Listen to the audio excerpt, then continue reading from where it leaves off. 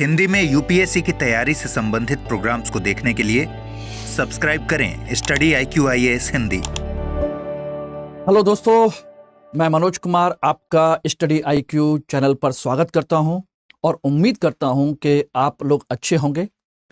दोस्तों, आज संडे है और हम लोग एक इम्पॉर्टेंट टॉपिक जो कि हमारा साप्ताहिक प्रोग्राम है, भारतीय अर्थव्यवस्था का साप्ताहिक जो संकलन है उस पर हम लोग चर्चा करने जा रहे हैं, यानी कि करंट इकोनॉमी वीकली कंपाइलेशन। 25 जून से लेकर के 1 जुलाई 2023 तक के सभी इंपॉर्टेंट इकोनॉमी के मुद्दों पर हम लोग इसमें चर्चा करेंगे और कोशिश करेंगे कि आपके एग्जाम को लेकर के जो भी पॉइंट बन सकते हैं, जो भी प्रश्न बन सकते हैं, उन सबको डिस्कस करने की कोशिश की जाएगी।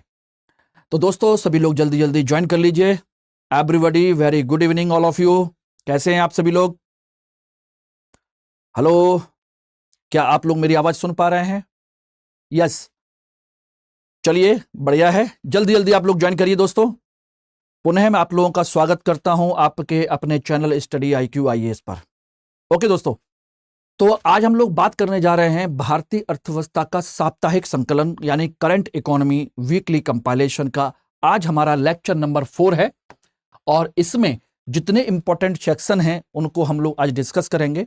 लेकिन इस टॉपिक को डिस्कस करने से पहले आप सभी लोगों के लिए एक इंपॉर्टेंट इंफॉर्मेशन है, महत्वपूर्ण आपके लिए एक सूचना है, जिसमें आप लोगों को बता दें कि आप में से बहुत सारे लोग जो हैं, बहुत सारे छात्र, जिन लोगों ने एक हम लोगों से रिक्वेस्ट किया था, पर्सनली मेल भी किया कई लोगों ने, ठीक है ना, टेलीग्राम चैनल से संपर्क करने की कोशिश की, केवल अकेले मुझसे ही नहीं, बहुत सारे जो हमारे टीचर हैं सभी लोग, उन सभी फैकल्टीज के साथ। उसमें डिमांड ये थी कि हम लोगों ने जो P2I बैच लॉन्च किया था टारगेटेड 2024 के लिए, उनकी डिमांड थी कि सर एक बैच सुबह भी किया जाए जिससे कि वो लोग ज्वाइन कर सके। तो आपकी इसी बात पर ध्यान में रखते हुए संस्थान ने आप लोगों के लिए P2I का मॉर्निंग बैच 2024 का जुलाई से स्टार्ट किया है। ध्यान रखना, P2I batch morning prelims to interview, और ये बैच हिंदी, इंग्लिश और हिंग्लिश तीनों लैंग्वेज में स्टार्ट किया जा रहा है। ध्यान रखना, और इसकी फीस को लेकर के भी कोई भी चेंज नहीं किया गया है, वही सेम कंसेप्ट है, यानी 70,000 की जगह पर केवल आपको पे करना होगा 29,999 रुपए। और इसके लिए दोस्तों आपको कोड इस्तेमाल करना होगा MK लाइव, ठीक है ना। बैच 10 जुलाई से स्टार्ट हो रहा है। ध्यान रखना दोस्तों, 10 जुलाई से सुबह 8 बजे, मॉर्निंग 8 से 11, 3 घंटे क्लास रहेगी। और सबसे महत्वपूर्ण सूचना यह है कि हिंदी बैच में पहला लेक्चर आप सभी लोग मुझसे ही मुखातिब होंगे, यानी कि पहला टॉपिक आप लोगों के साथ में मैं डिस्कस करने की कोशिश करूंगा। और जैसा कि शेड्यूल है, और शेड्यूल के अकॉर्डिंग मेरा पहला लेक्चर आपके साथ में लगा हुआ है। तो मैं चाहूंगा कि आप सभी लोग मुझसे जुड़ें, कनेक्ट हों, और आप लोगों के साथ जो व्यक्तिगत जो कहा जाए मार्गदर्शन है उसको देने की भी कोशिश की जाएगी। बस आप लोगों का लक्ष्य एक ही है, और वही हमारा लक्ष्य है, 2024 में सिलेक्शन लेना, ठीक है ना। और इस बैच की खास बात जो है वो हम लोग आप लोगों को पहले भी बता चुके हैं, मैं फिर बता देता हूं।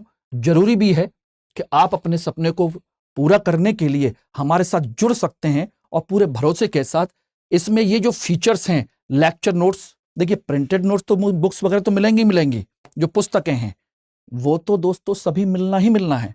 साथ के साथ आपको जो हम लेक्चर आपको देंगे उसका हैंड रिटन नोट्स आपको मिलेगा, यानी आपको विशेष तौर पर लिखने की आवश्यकता नहीं है। लिखे तो अच्छी बात है, अदरवाइज हमारे पास एक कंटेंट राइटर होता है जो इस लेक्चर को साथ के साथ नोट करता है, ठीक है ना।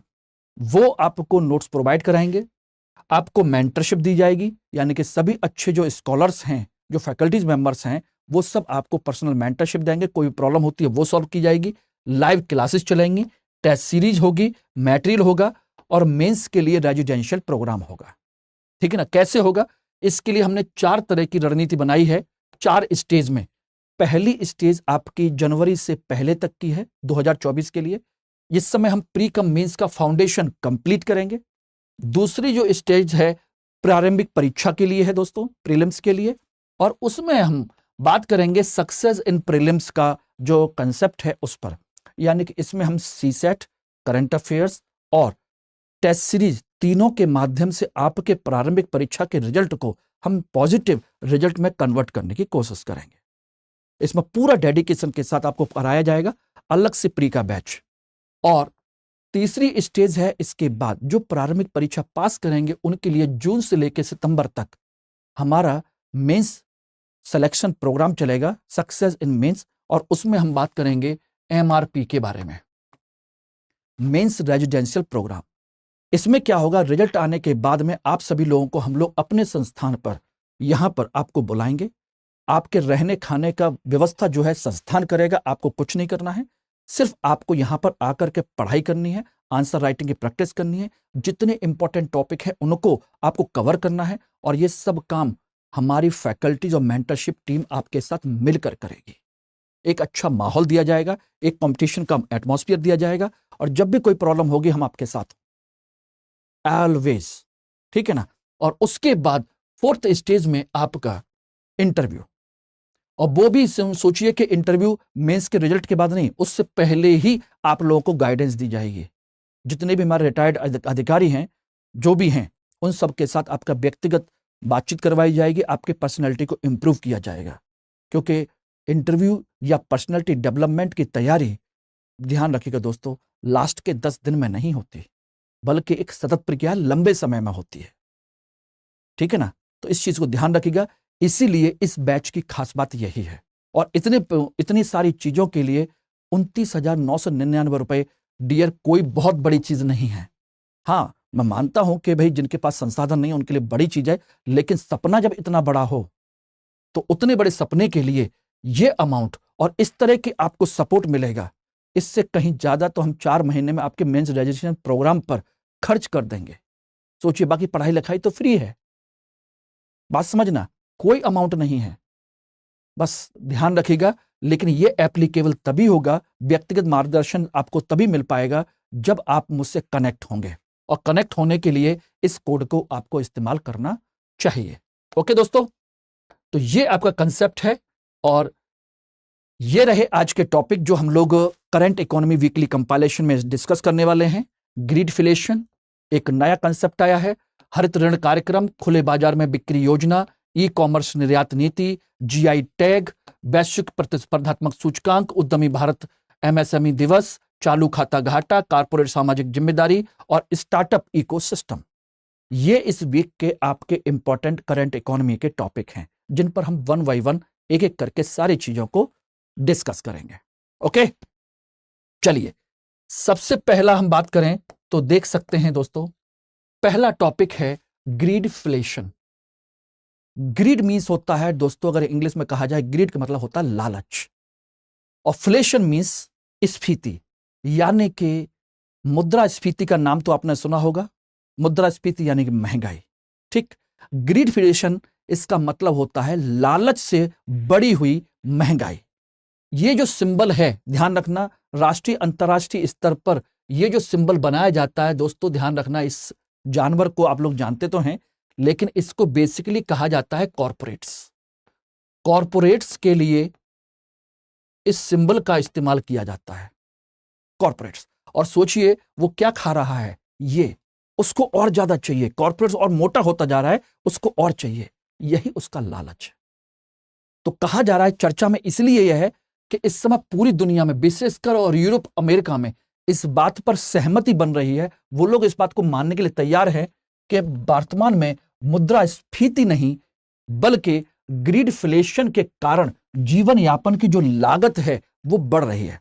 यानी कि हमारे जीवन को संचालित करने के लिए जिन वस्तुओं की आवश्यकता होती है वो महंगी हो रही हैं, और उसके महंगे होने का कारण इन्फ्लेशन या मुद्रास्फीति नहीं है बल्कि ग्रीडफ्लेशन है। और ग्रीडफ्लेशन क्या है? कॉर्पोरेट के द्वारा बढ़ाई गई महंगाई। ध्यान रखना, यह कंसेप्ट है। आप लोग अच्छे समझते हैं कि इन्फ्लेशन यानी कि मुद्रास्फीति, मुद्रास्फीति। दोस्तों ध्यान रखना, मुद्रास्फीति को साधारण तौर पर हम कहें तो कहते हैं इसको महंगाई। और इसके दो कारण होते हैं, एक होता है आपका लागत कारक और एक होता है आपका कौन सा, आपूर्ति कारक, सप्लाई। यानी कि महंगाई आपकी तब बढ़ती है जब आपूर्ति कम हो जाए या फिर आपकी लागत बढ़ जाए।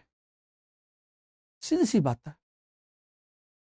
डिमांड आपकी क्या हो जाए, बढ़ जाए। डिमांड भी हो सकता है, आपूर्ति या मांग भी कह सकते हैं। यहां पर मांग बढ़ती है तो भी होता है, यह भी तीसरा कारक हम कह सकते हैं, ठीक है ना। या मांग बढ़े तो है, आपूर्ति कम हो जाए तो है, या फिर लागत बढ़ जाए तो है। लागत बढ़ने की दो तीन चीजें होती हैं, ध्यान रखना दोस्तों, इसमें कोई समस्या नहीं है। लागत बढ़ने के होते हैं कि या तो जो उसका माल है, संसाधन है, उसकी कीमतें बढ़ जाएं, समझिएगा, या जो श्रम है उसकी कीमतें बढ़ जाएं। बात समझना, जो भी श्रम का इस्तेमाल कर रहे हैं, जो भी आप संसाधन का इस्तेमाल कर रहे हैं, बिजली, पानी, मटेरियल, एवरीथिंग, ठीक है ना।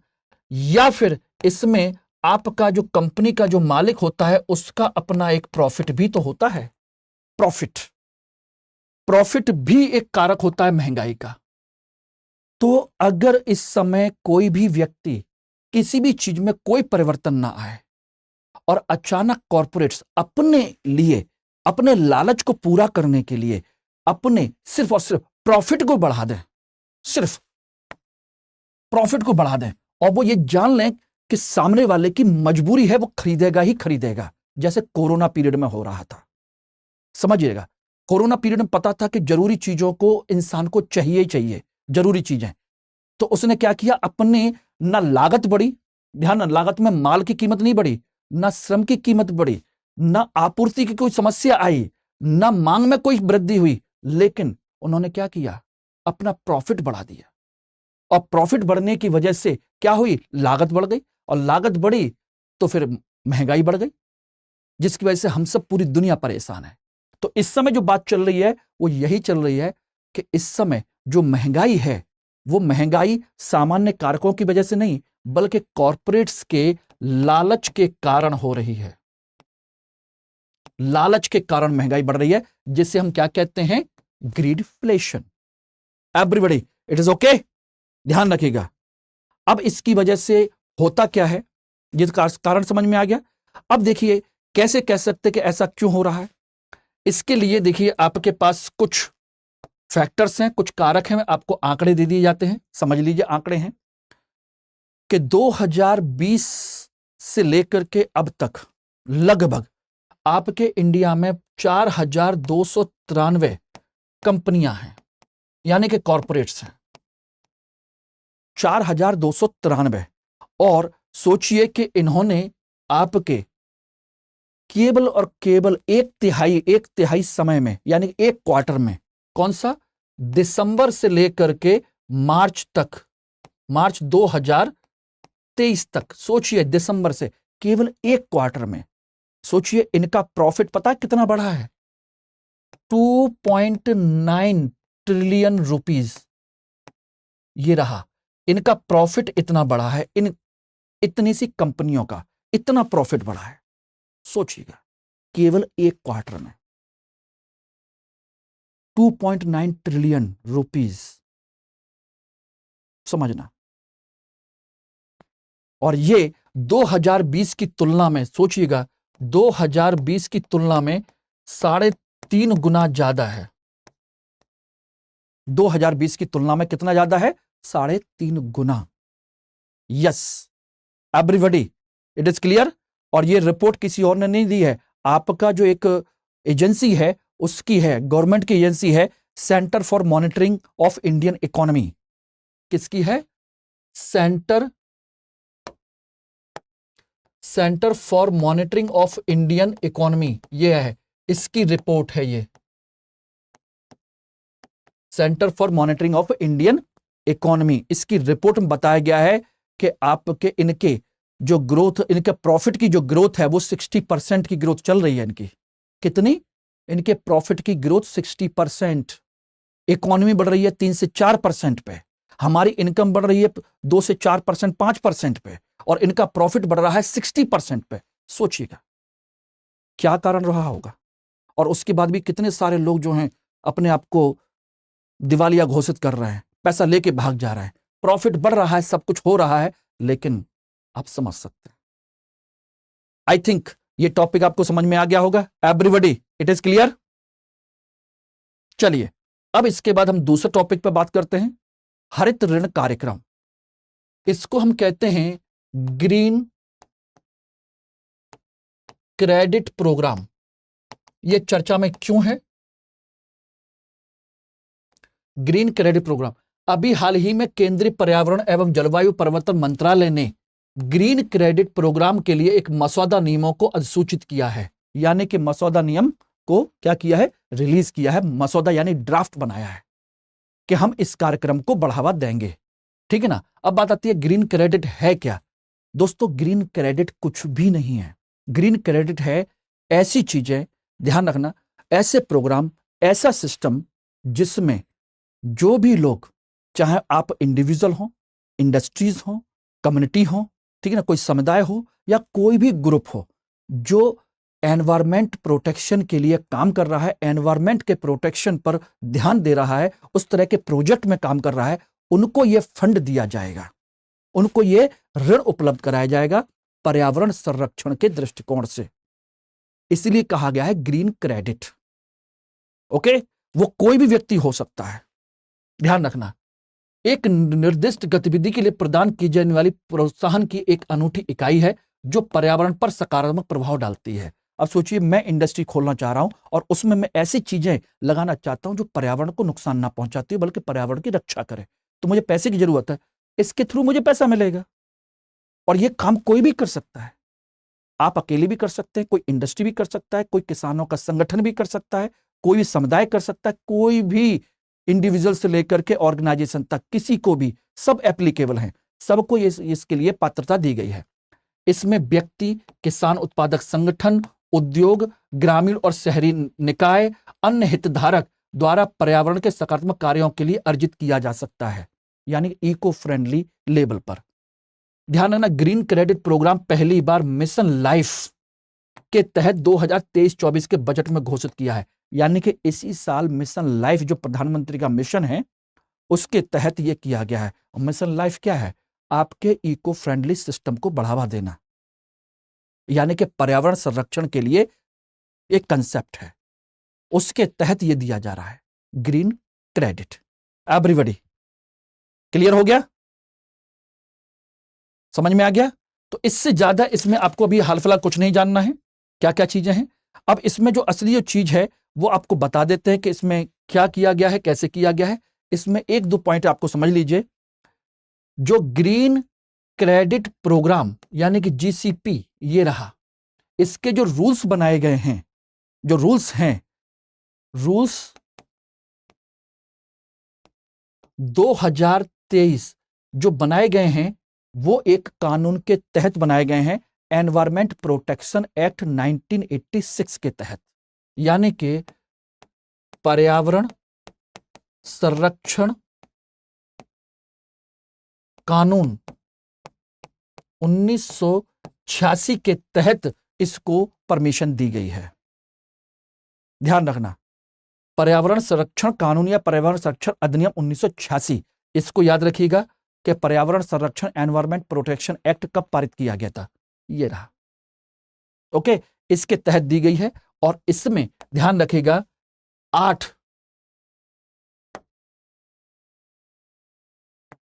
ध्यान रखना, इसमें 8 क्षेत्रों का चयन किया गया है।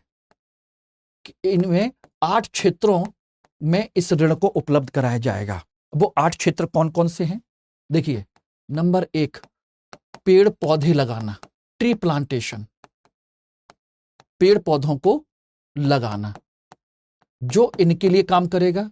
नंबर 2, जो वायु पर्यावरण के लिए है, जो वायु पर्यावरण के संरक्षण के लिए काम करेगा, वायु पर्यावरण, ठीक ना। सतत कृषि के लिए है, सतत कृषि। नंबर 4 देखिए, और है आपका कचरा प्रबंधन, कचरा प्रबंधन के क्षेत्र में काम करने वाले लोगों के लिए। 5वां जो पॉइंट है, ध्यान रखना, सतत भवन, यानी कि ऐसी बिल्डिंग बनाना जो आपके इको फ्रेंडली हों, सतत भवन का निर्माण करने वाली कंपनियां हों, ठीक है ना। इको मार्क, छठा इको मार्क, यानी कि ऐसे उत्पाद बनाना जो पर्यावरण हितैषी हों। सातवां आपका जो है वो है आपका वाटर बॉडी, यानी कि जल संरक्षण के लिए काम करने वाले। और आठवां जो लास्ट है हम कह सकते हैं वो है आपका मैंग्रोव संरक्षण। मैंग्रोव संरक्षण। तो ये 8 क्षेत्र चिन्हित किए गए हैं जिसमें आप लोगों को ग्रीन क्रेडिट उपलब्ध कराया जाएगा। एवरीबॉडी ओके, इनको साथ के साथ नोट करते चलिए, आपको फायदा देगा। और मैंने फ्राइडे को आप लोगों के लिए ऑलरेडी इतिहास तथा कैसे पढ़ें और उनके नोट्स कैसे बनाएं, नोट्स बनाने पर मैंने एक प्रॉपर वीडियो आपको क्लास ली थी आपकी। तो वो जो वीडियो है आप लोग उसको एक बार पुनः देख लीजिए जिन लोगों ने नहीं देखा है। और इस तरीके से ये जो पढ़ा रहा हूं, जो पॉइंट बता रहा हूं, इनको आप उसी पैटर्न पर नोट्स बनाने की कोशिश कीजिएगा दोस्तों, ठीक है ना। चलिए अगला टॉपिक है जीआई टैग। हाल फिलहाल में चर्चा में रहा है, इसलिए चर्चा में रहा कि जीआई जो उपनाम है उत्तर प्रदेश के 7 उत्पादों को हाल ही में भौगोलिक संकेत तक टैग दिया गया, इसलिए चर्चा में आया। ज्योग्राफिकल इंडिकेशन, ठीक है ना। वो कौन कौन से 7 उत्पाद हैं, वो ये रहे। अमरोहा की ढोलक, महोबा का गौरा पत्थर, बागपत के होम के जो प्रोडक्ट हैं वो, बाराबंकी का हथकरघा उत्पाद, कालपी के हस्तनिर्मित कागज, संभल के सींग के शिल्प और मैनपुरी का तरकश, ठीक है ना। ये 7 उत्पाद को जीआई टैग दिया गया है। और जीआई टैग ध्यान रखना, ज्योग्राफिकल इंडिकेशन दोस्तों होता क्या है। ज्योग्राफिकल जो इंडिकेशन है, भौगोलिक संकेतक है, इसकी खास बात यह होती है कि कोई भी एक विशेष वस्तु किसी एक क्षेत्र विशेष में उत्पादित की जाती है और उसकी वो अपनी विशेषता होती है और वो विशेषता के साथ कहीं और नहीं होती। जैसे फिरोजाबाद की चूड़ियां, आगरा का पेठा, बात समझिएगा, बनारस की साड़ी, दार्जिलिंग की चाय, बीकानेरी भुजिया, बात समझना। तो ये क्या होते हैं कि कुछ खास चीजें उसी जगह पर पैदा होती हैं और वो उसके नाम के साथ जुड़ी होती हैं और उसके नाम का संरक्षण करने के लिए, वहां की संस्कृति, वहां के उत्पाद, वहां की व्यवस्था का संरक्षण करने के लिए उसको हम जीआई टैग का संकेतक दे देते हैं। इससे क्या होता है, अब उसके साथ में, उसके नाम के साथ कोई खिलवाड़ नहीं करेगा और उसकी विश्वव्यापी पहचान भी होगी। ध्यान रखना, क्या होगी, विश्वव्यापी पहचान। जैसे बनारस के पान, बनारस की साड़ी दुनिया भर में फेमस है। अगर ये खाली उसके नाम के साथ ना होता तो बनारसी साड़ी तो कहीं भी मिलती है, रेशमी साड़ी तो हर जगह होती है, लेकिन बनारस की खास बात क्या है, वो कुछ ना कुछ खास बात है। दार्जिलिंग की चाय, चाय तो असम में भी मिलती है, चाय तो आपके साउथ इंडिया में पैदा होती है, पहाड़ियों में, नीलगिरी की पहाड़ियों में, सोचिएगा।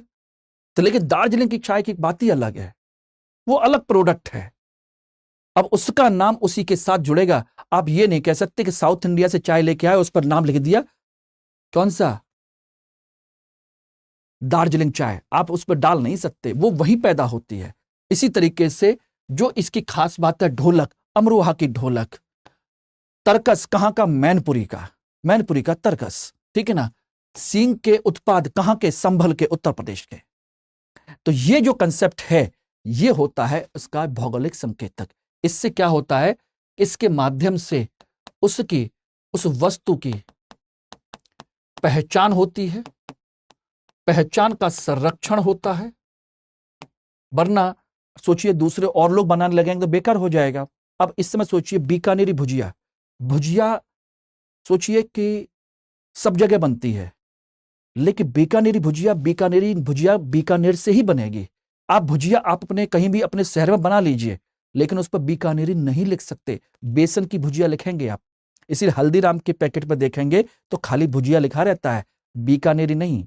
और बीकानेरी भुजिया बीकानेर वाली ही होगी, यही है खास बात, ठीक है ना।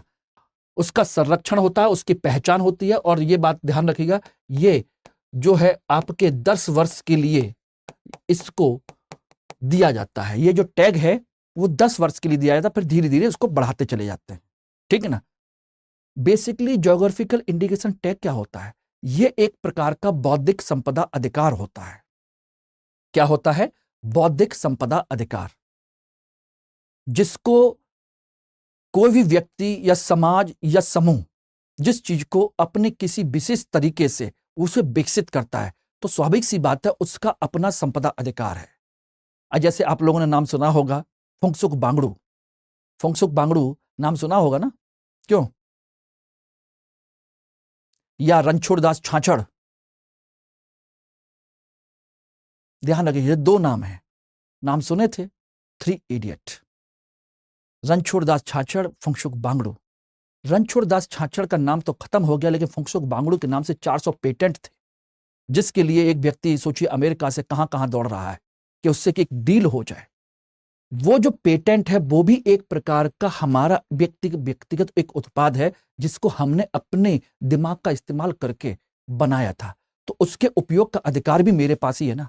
ऐसा ना हो कि मैं बना रहा हूं और कोई और उपयोग कर ले, इसीलिए उनको संरक्षण दिया जाता है। इसी तरीके से हर राज्य की, हर शहर की अपनी एक विशेषता है, उसको उसके नाम से संरक्षित करने का प्रयास किया गया है। और ध्यान रखना, ये जो दिया जाता है WTO के ट्रिप्स समझौते के तहत दिया जाता है। WTO का एक मुद्दा है trips, trade related intellectual property rights का मुद्दा है, व्यापार संबंधी बौद्धिक संपदा अधिकार का मुद्दा, क्योंकि इस तरह की चीजें अंतर्राष्ट्रीय स्तर पर भी व्यापार की जाती हैं। अब कोई कहता है कि नहीं भाई बासमती चावल हमारे हैं, अमेरिका कहता है कि बासमती चावल हमारे हैं। हमने आज तक पेटेंट नहीं कराया नीम का, तो उन्होंने करा लिया। हमने हल्दी का नहीं कराया, तो उन्होंने करा लिया।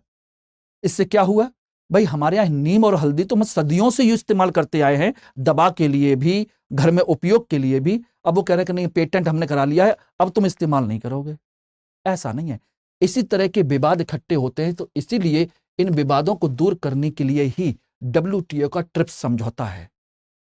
और इसके लिए अलग से एक ऑर्गेनाइजेशन भी बनाया गया है, WIPO, world intellectual property organization. ध्यान रखना, एक ऑर्गेनाइजेशन क्या बनाया गया है? WIPO, world intellectual property organization बनाया गया है। लेकिन ये जो दिया जाता है, ये व्यापार करने के लिए इसके तहत होता है। क्लियर है? तो ये समझ लीजिए कि इसका कंसेप्ट यहां पर है, ठीक है ना। और बाकी आपको ये याद करने हैं, इनको याद कर लीजिए। और ध्यान रखना, भारत में GI टैग देने की परंपरा 2004-5 से शुरू हुई थी। और जो पहली वस्तु है, फर्स्ट गुड्स, पहली वस्तु कौन सी है? दार्जिलिंग चाय। ये रहे दार्जिलिंग चाय। 2004-5 में पहली बार दार्जिलिंग चाय को भौगोलिक संकेतक का दर्जा दिया गया। ठीक है, क्लियर हो गया? चलिए नेक्स्ट टॉपिक, वैश्विक प्रतिस्पर्धात्मक सूचकांक, ग्लोबल कॉम्पिटिटिवनेस इंडेक्स। पहली बात ध्यान रखिएगा, अभी हाल ही में global institute of management development, international institute for management development ने अपनी रिपोर्ट जारी की। इसमें 64 अर्थव्यवस्थाओं को शामिल किया गया है। ध्यान रखना, इसने अपनी वैश्विक रिपोर्ट जारी की है। कौन सी? वैश्विक प्रतिस्पर्धात्मक सूचकांक। इसमें जो ध्यान दीजिएगा 3 चीजें हैं। एक, डेनमार्क, आयरलैंड और स्विट्जरलैंड टॉप 3 पे हैं, फर्स्ट, सेकंड और थर्ड, यानी कि जहां पर सबसे ज्यादा कंपटीशन है। कंपटीशन को रोकने के नहीं, बिल्कुल फ्री फेयर है इकोनॉमी इन तीनों में। और भारत जो है 40वें स्थान पर है, जबकि पिछले 3 साल से 43वें स्थान पर था। 19, 20, 21, ध्यान रखना, 2019 से लेकर के 21 तक 43वें स्थान पर, और अब जो आ गया 2022 की रिपोर्ट के अनुसार आ गया 40वें स्थान पर। 2023 तो अभी चल ही रहा है बेटा, ध्यान रखना, 2023 अभी चल रहा है, तो अभी इसके बारे में नहीं आएगा। रिपोर्ट 2023 में आई है, लेकिन जो इसका पूरा का पूरा आंकड़ा है वो कब का है? 2022 का। तो अब जो है हमारी रैंक क्या हुई है? 3 रैंक ऊपर उठ गए हैं, 43 से बढ़कर कहां आ गए? 40वें स्थान पर। लेकिन एक चीज और ध्यान रखिए, इससे पहले हम 37वें स्थान पर भी रह चुके हैं इससे पहले। तो ध्यान रखना 3 रैंक का अंतर आया है, अब बेटर है, ठीक है। तो ध्यान रखना किस किसने जारी किया है, इसने जारी किया है। अब बात आती है कि इसमें किसके लिए जारी किया जाता है। ये इसमें देखा जाता है कि अर्थव्यवस्थाओं के अंदर कितना कंपटीशन है। ध्यान रखना कितना कंपटीशन है, वो कितना फ्री फेयर कर रहे हैं। ऐसा तो नहीं है कोई अर्थव्यवस्था में कोई सरकार प्रतिस्पर्धा को रोकने की कोशिश कर रही हो कि भाई कंपटीशन रोक दिया जाए। कंपटीशन जितना ज्यादा होगा समझ लीजिए उतनी बेटर अपॉर्चुनिटी होगी, बेटर उसके लिए एनवायरमेंट मिलेगा। Okay, clear everybody? चलिए, तो इस तरह इसमें ध्यान रखिएगा। नेक्स्ट टॉपिक है उद्यमी भारत एमएसएमई दिवस। अभी हाल ही में आपके उद्यमी भारत एमएसएमई दिवस, micro small and medium enterprises का दिवस मनाया गया है। कब? 27 जून को यह दिवस मनाया गया, 4 दिन पहले, ठीक है ना। उद्यमी भारत एमएसएमई दिवस 23 के अवसर पर सूक्ष्म लघु और मध्यम उद्यम मंत्रालय ने उद्यमी भारत एमएसएमई दिवस का कार्यक्रम का आयोजन किया, जिसका उद्देश्य है एमएसएमई की वृद्धि और विकास का जश्न मनाना और उसको बढ़ावा देना, ठीक है ना। बात आती है अंतरराष्ट्रीय एमएसएमई दिवस कब मनाया जाता है। अंतरराष्ट्रीय एमएसएमई दिवस 27 जून को मनाया जाता है प्रतिवर्ष, और इसको किसने जारी किया था? यूएन ने। अंतरराष्ट्रीय स्तर पर क्या मनाया जाता है? एमएसएमई दिवस मनाया जाता है। और भारत के स्तर पर इसको किस नाम से मनाया गया? उद्यमी भारत एमएसएमई दिवस के नाम पर कार्यक्रम का आयोजन किया गया, उद्यमी भारत, ठीक, बात समझिएगा। और 2023 की थीम क्या है ये भी आप देख लीजिए। 2023 की जो थीम है वो ये है, भारत के लिए भविष्य के लिए तैयार एमएसएमई @100, ठीक है ना। और अंतरराष्ट्रीय स्तर पर global council for the promotion of international trade ने एक साथ मजबूत भविष्य का निर्माण ये थीम रखी है, का जश्न मनाया। और ब्रांड 10,000 एमएसएमई का नेटवर्क लॉन्च किया। तो global council for the promotion of international trade ने किस नाम से मनाया? एक साथ मजबूत भविष्य का निर्माण। यह है जो मैं सर्किल कर रहा हूं, जो पॉइंट कर रहा हूं, उनको आप नोट कर लीजिए। उतने से अब बाहर आपको कुछ करने की आवश्यकता नहीं है, इतने में से आपका काम हो जाएगा। Everybody clear? ध्यान रखिएगा। तो किस दिन किस नाम से भारत ने किस नाम से थीम बनाई, विश्व स्तर पर किस नाम से बनाई? एमएसएमई दिवस कब मनाया जाता है? 27 जून को। क्लियर हो गया? इसका उद्देश्य क्या है? एमएसएमई का उद्देश्य देखिए, micro small and medium enterprises, यानी कि सूक्ष्म लघु और मध्यम उपक्रम, यानी कि ये वो उद्योग हैं जहां पर सबसे ज्यादा लोगों को रोजगार मिलता है। इसमें देखिए, ध्यान रखना, यूएन की रिपोर्ट के अनुसार, ध्यान रखना, यूएन की एक रिपोर्ट के अनुसार पूरे विश्व में 90% व्यवसाय इसी का होता है, एमएसएमई का होता है, micro small and medium enterprises का। और ये जो क्षेत्र है लगभग 60 to 70% विश्व स्तर पर ये रोजगार देता है। इतना ज्यादा ये रोजगार देने में सक्षम है। और तीसरी सबसे बड़ी चीज है, विश्व की कुल जीडीपी का आधा ये इसी से आता है। सोचिए कितना इंपॉर्टेंस रखता है ये। विश्व की कुल जीडीपी का लगभग आधा हिस्सा इसी से आता है। रोजगार 60 to 7% देता है। टोटल बिजनेस का 90% इसका है। सोचना, इसीलिए 27 जून को इसको क्या किया गया? एमएसएमई दिवस मनाने की घोषणा की गई, जिसका उद्देश्य है कि लोगों को रोजगार दिया जाए और साथ के साथ इसके माध्यम से सतत विकास लक्ष्यों को हासिल करने का प्रयास किया जाए। एसडीजी, सस्टेनेबल डेवलपमेंट गोल, जो 2030 तक हमको अचीव करना है, उसमें यही आपको क्या करेगा? हेल्प करेगा। अब कहोगे उससे क्या है? सस्टेनेबल डेवलपमेंट गोल्स में मैंने आपको बताया था कि आपके कितने लक्ष्य हैं? 17, ठीक है ना। 17 हैं, 12 हैं, 15 हैं, कितने हैं? चलिए, आप लोग अच्छे से जानते हैं। और उनमें से देखिए, गरीबी, भुखमरी, इन सब चीजों को हमने उसमें शामिल किया है। लेकिन सोचिए, अगर लोगों को रोजगार नहीं मिलेगा तो सोचिए उनकी आय नहीं होगी। आय नहीं होगी तो वो अच्छे जगह नहीं रह सकते, अच्छे साधनों का उपयोग नहीं कर सकते, और गरीबी बेरोजगारी में जीते रहेंगे। और ऐसी स्थिति में वो क्या करेंगे? उल्टा सीधा खाएंगे, उल्टा सीधा जलाएंगे, उल्टा सीधा पहनेंगे, और उससे पर्यावरण को नुकसान ही होगा। लकड़ी उपले कौन जलाता है? जिनके पास संसाधन नहीं है, तो पर्यावरण को नुकसान तो पहुंचाएंगे ही। बात समझना, मजबूरी है, यही समस्या है। Everybody, it is clear? इस चीज को ध्यान रखिएगा। नेक्स्ट है चालू खाता घाटा। इस पर अभी हाल फिलहाल में चर्चा आई है। बताया गया है कि फाइनेंशियल ईयर 2022 की चौथी तिमाही, यानी कि दिसंबर से लेकर के चौथी तिमाही, सोचिए जनवरी से लेकर के मार्च तक की जो तिमाही होती है, उस तिमाही में आपका जो करंट अकाउंट डेफिसिट है वो सिकुड़ रहा है, यानी कि कम हो रहा है। इसकी चौथी रिपोर्ट, चौथे सप्ताह की रिपोर्ट, चौथे क्वार्टर की रिपोर्ट में बताया गया है कि यानी कि हमारा जो चालू खाता घाटा है वो कम हो रहा है। ठीक, वित्त वर्ष 2023 के जनवरी से मार्च की तिमाही के दौरान करंट अकाउंट डेफिसिट में उल्लेखनीय कमी देखी गई है। यह घटकर 1.3 बिलियन रह गया है, जो सकल घरेलू उत्पाद का 0.02% है, यानी कि इतना हमारा घाटा कम हो गया। इसकी वजह से कुछ सकारात्मक विकास के लिए कई कारक जिम्मेदार हैं। क्या है? देखिए, आपका व्यापार हम करते हैं, तो मैंने आपको बताया था, एक क्लास ली थी बैलेंस ऑफ पेमेंट, भुगतान संतुलन पर। और भुगतान संतुलन के दोस्तों दो खाते होते हैं, एक होता है चालू खाता और एक होता है पूंजी खाता। चालू खाते में हम दो चीजों को शामिल करते हैं, एक वस्तुओं का आयात निर्यात और दूसरी होती है सेवाओं का आयात निर्यात। ये तो अभी हम जो बात कर रहे हैं वो वस्तुओं और सेवाओं की बात कर रहे हैं। लेकिन एक चीज और ध्यान रखिएगा, भारत में कभी भी चालू खाते पर हम अधिशेष में नहीं रहे हैं, हमेशा हमारा घाटा ही रहा है। यानी कि इन दोनों चीजों में हम क्या करते हैं, निर्यात कम करते हैं और आयात हमारा ज्यादा होता है, इसलिए चालू खाता हमारा घाटे में रहता है। ठीक है ना? अभी भी घाटा है लेकिन थोड़ा सा कम हुआ है। ठीक है ना? पूंजी खाते में हम क्या करते हैं, ऋण या गैर ऋण का आयात निर्यात करते हैं, यानी कि ऐसी पूंजी का आयात निर्यात करते हैं या तो ऋण संबंधी होगी या गैर ऋण संबंधी।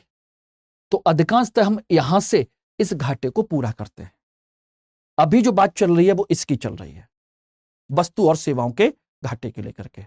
तो इसमें बताया गया कि ये, अब इसके पीछे उन्होंने जो कारक बताए हैं कि इस घाटे में सकारात्मक विकास के कारण क्या हैं, तो इसका सबसे बड़ा कारण है कि चालू खाता जो घाटा है अभी वर्तमान में कम क्यों हुआ है, क्योंकि सेवाओं का जो निर्यात है वो बढ़ा है।